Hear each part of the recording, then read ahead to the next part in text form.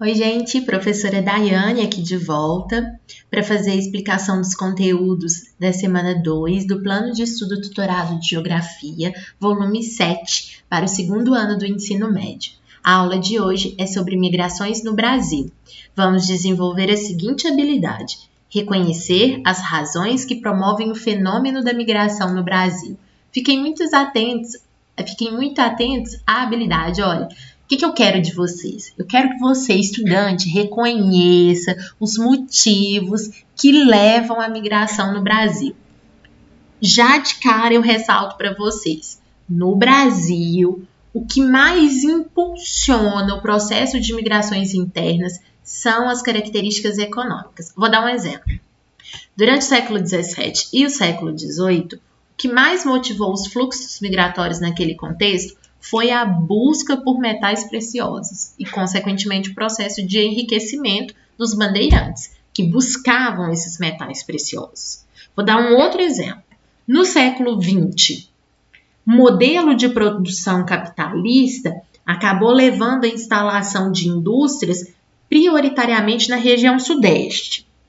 Diante disso, muitas pessoas saíram de outras regiões para o sudeste, especialmente para São Paulo, por achar, por acreditar que iriam conseguir um emprego e que por isso teriam uma condição de vida melhor, sobretudo um avanço financeiro. Então vejam como que esses dois exemplos, apesar de serem momentos históricos diferentes, dizem de uma mesma motivação, que é a motivação para a migração, no caso, a motivação econômica, o que está por trás.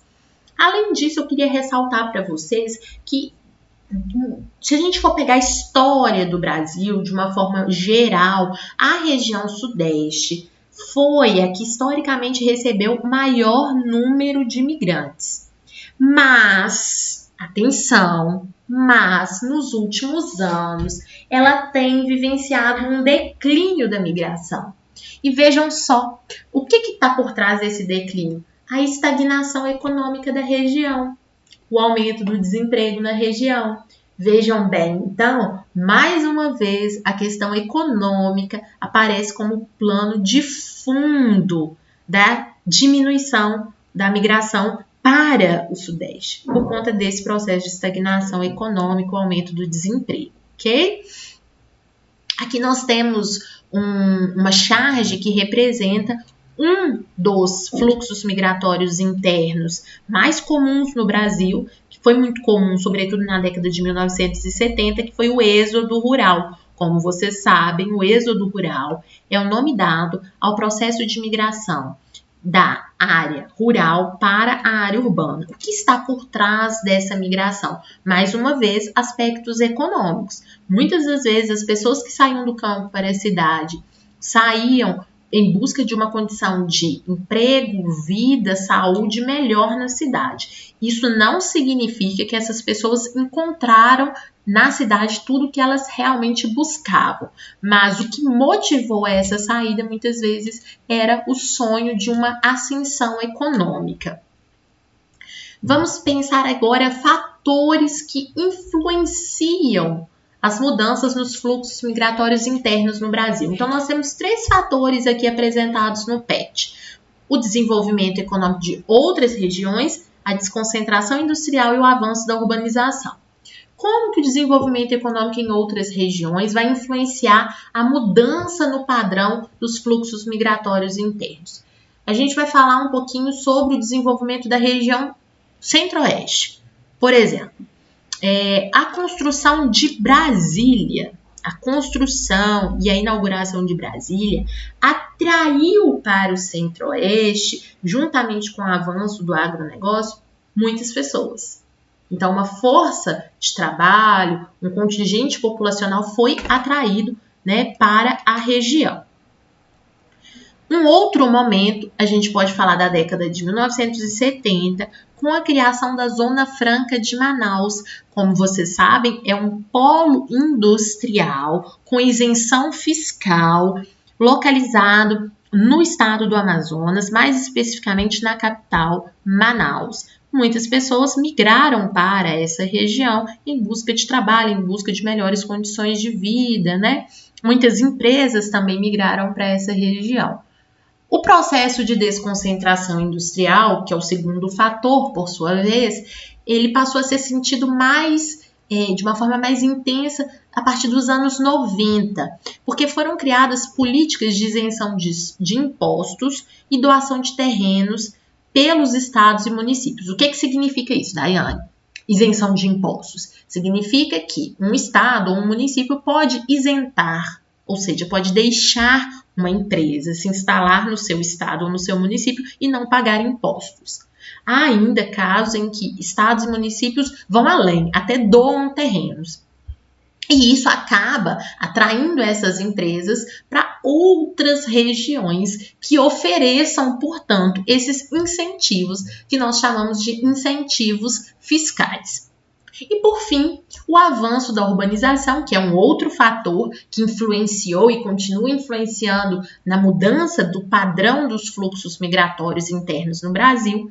A gente observa que, à medida que a urbanização foi avançando pelo Brasil, houve uma melhoria na infraestrutura, tanto de transportes quanto de comunicações, de energia elétrica, e todo esse avanço foi gerando empregos, foi gerando criação de fábricas em locais que antes não tinham. E aí as pessoas acabavam migrando, acompanhando esse processo de urbanização, esse processo de melhoria da infraestrutura, e aí iam migrando para outras áreas. Agora, falando um pouquinho dos fluxos internacionais. A gente observa que na última década, né, então dos anos 2000 até 2010, a gente não está falando de 2010 e 2020, a gente está falando de 2000 a 2010, houve um aumento de 160% na entrada de imigrantes. O que está por trás dessa entrada de pessoas provenientes de outros países no Brasil? O que está por trás é o crescimento econômico que o Brasil viveu de 2013 a 2012. Hoje o Brasil não vive esse momento de crescimento econômico.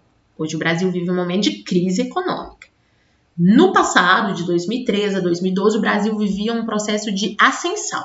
Isso acabou atraindo imigrantes de outros países, sobretudo países vizinhos. Soma-se a isso os problemas que países latinos estavam vivenciando. Por exemplo, a Argentina estava em crise, o Haiti tinha sido arrasado por um terremoto em 2010 e um furacão em 2012, a Venezuela, a crise econômica e política. Então, o Brasil estava em ascensão e os outros em crise. Então, isso acabou motivando a entrada de imigrantes no Brasil.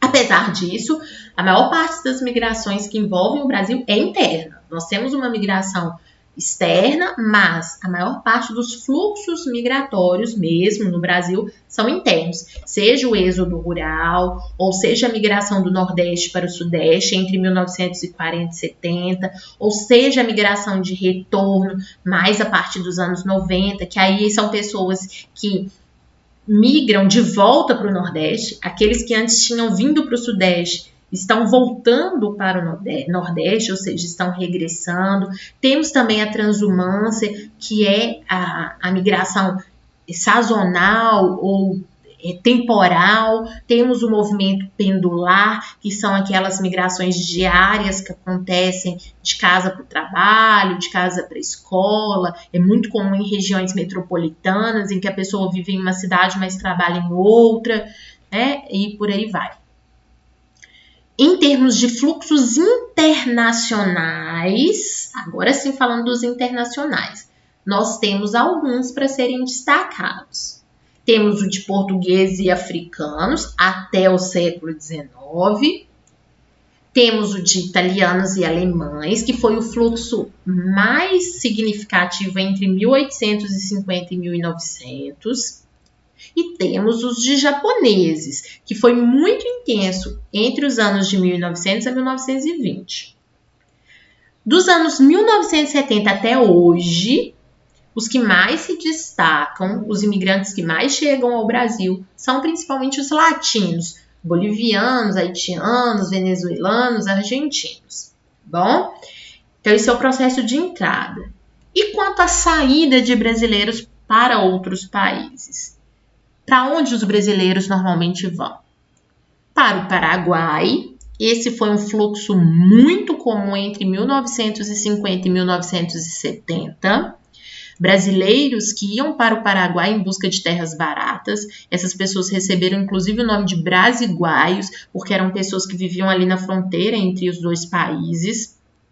Temos um outro fluxo, já mais sentido na década de 80, 1980, que eram descendentes de japoneses, mas que viviam no Brasil, e que, em virtude da crise econômica do Brasil dos anos 80, resolveram abandonar o Brasil e ir para o Japão, ou seja, para o local de origem dos seus pais, avós. Esses brasileiros, descendentes de japoneses, que em virtude da crise econômica no Brasil, abandonam o Brasil e vão para o Japão, receberam o nome de Decassegues. E temos também um fluxo que se intensificou mais recentemente, a partir dos anos 1990 e continua forte até hoje, que é o fluxo de pessoas, de brasileiros, que saem do nosso país para os Estados Unidos. Conclusão: os brasileiros, que saíram do nosso país tiveram como principal foco Paraguai, na década de 50 e 70, Japão na década de 80 e Estados Unidos dos anos 90 até hoje, ok? Mas nós temos também outros lugares, não são só esses, são os mais intensos. Paraguai, Estados Unidos e Japão. Nós temos outros de menor intensidade, como por exemplo para o Uruguai, para a Argentina, para a própria Venezuela, para Portugal, Espanha, Itália, mas os mais intensos foram esses 3 ressaltados. E por fim, nós vamos ressaltar aqui a crise de refugiados que atinge o nosso país. Os principais refugiados que vivem no Brasil são os sírios, angolanos, colombianos, congoleses e libaneses. Importante ressaltar que nem todo imigrante vai ser classificado como refugiado. Por isso que às vezes vocês podem estar se perguntando: uai, mas sírios não apareceu na fala anterior. Mas é porque aqui a gente está falando de refugiado, Aqueles que pedem asilo político. Os principais que pediram asilo político e conseguiram comprovar a necessidade do asilo e que vivem no Brasil são os sírios em primeiro lugar, depois angolanos, colombianos, congoleses e libaneses. Aí a gente pode falar: mas e a Venezuela? Daiane, olha, a situação da Venezuela é uma situação de crise econômica, de crise social, que faz com que muitos venezuelanos realmente saiam daquele país e busquem uma melhor condição de vida em países vizinhos. Só o Brasil estima-se que tenha recebido, em 3 anos, aproximadamente 30 mil venezuelanos. Mas por que a Venezuela não aparece aqui nesse quadrinho, então? Porque nem todos, ou melhor, a maior parte desses venezuelanos que chegaram ao Brasil não foram considerados refugiados, e sim imigrantes. Ou seja, só para vocês terem uma ideia, são 30 mil venezuelanos que entraram no Brasil. Destes, algo em torno de 8 mil que entraram como refugiados. Os outros, a grande maioria, entraram como imigrantes. E hoje, qual que é a situação? Olha, eu diria para vocês que hoje a situação do Brasil é tão ruim quanto a de outros países da América Latina. A gente enfrenta uma grave crise política, uma grave crise econômica, então não é o país que tem sido mais receptivo ao imigrante, inclusive com alguns casos de xenofobia acontecendo aqui no Brasil. A xenofobia, como vocês sabem, é um preconceito em relação ao imigrante.